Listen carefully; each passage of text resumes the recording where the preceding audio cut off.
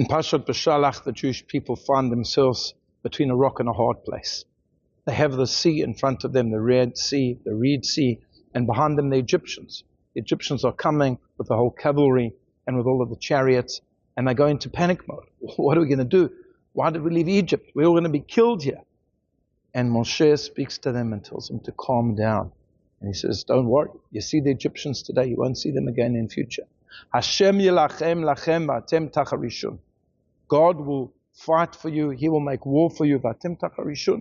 And you will keep quiet, meaning you don't have to do anything. You don't have to lift a weapon. Hashem's going to split the sea. You're going to go through it. He's going to drown the Egyptians in the sea. He will fight for you, and you will be quiet. There's a famous interpretation of this verse. In fact, I heard it recently on a video that I saw of the late Rabbi Ovadia Yosef of blessed memory. When will Hashem fight for you? Hashem yelachem lachem. Hashem will fight for you on condition, atem tacharishun. You must be quiet. And Rabbi Ovadia Yosef explained, he says this refers to coming to shul. When you come to shul, that is a place for prayer. That is a place for learning. That is a place where we listen to the Torah reading. That is not a place where we speak to other people. You can speak to them before shul begins. You can speak to them afterwards. Usually there's a kiddush bracha where people can socialize. But tem tacharishon, you must be quiet. So it's speaking about shul. But perhaps we can extend this more broadly. Not just about speaking in shul, but knowing when to keep quiet.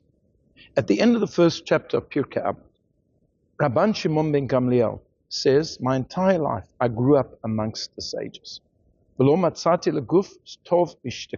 I couldn't find anything better for the body than keeping quiet.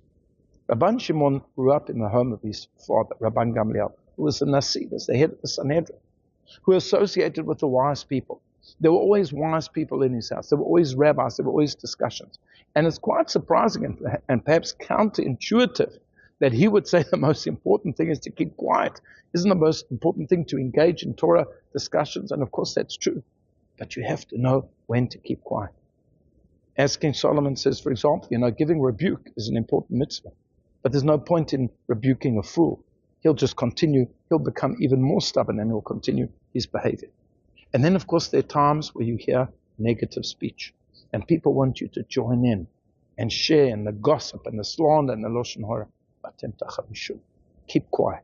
You hear negative reports about other people, and unfortunately, with Jews, we have this play, that there's always something negative about this group of Jews and that group of Jews. And even in the midst of the war, which unfortunately is still going on at the time of recording, there can be Jews who are saying negative things about one another. But we want Hashem to fight for us. We want to win the war. We want the hostages back. Well, what's the condition? Hashem yelachem lachem. Hashem will fight for you. Atem tacharishun. You have to know how to be quiet. You have to know when to speak, and you have to know when to be quiet. Be quiet in shul, and be quiet. Shut your mouth, and don't say something negative about another person. I wish you a Shabbat Shalom.